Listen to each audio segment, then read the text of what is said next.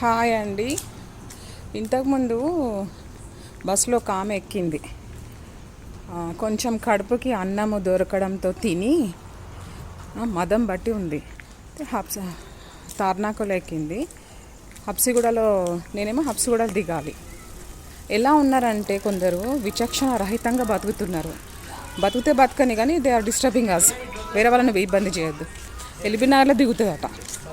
మరి బస్ అంతా ఖాళీగా ఉంది. ఎంట్రన్స్లో నిల్చొని ఉంది. కొంచెం నాకు వచ్చిన ఫేస్ మీద దగ్గర చేతి పెట్టింది.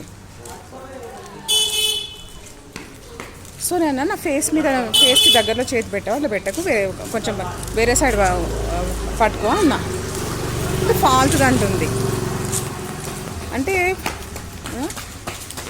ఫాల్తు ముండలు కొందరు ముండ వేషాలు వేస్తే పనిష్మెంట్ కాలము ఊరుకోదు కదా. అట్లాంటి వాళ్ళని కాలము ఏం వదిలిపెట్టదు.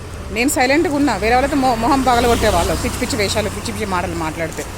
నేను ఎందుకు సైలెంట్గా ఉంటా అంటే వాళ్ళకి 1016 డేస్లో వాళ్ళకి పనిష్మెంట్ వస్తుంది.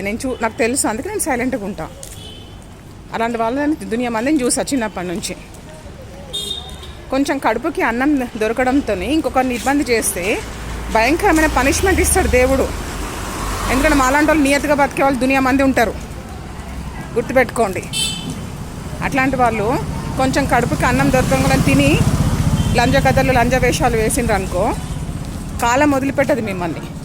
రిమెంబర్, ఎవరైతే అట్లాంటి వేషాలు వేస్తుంటారో.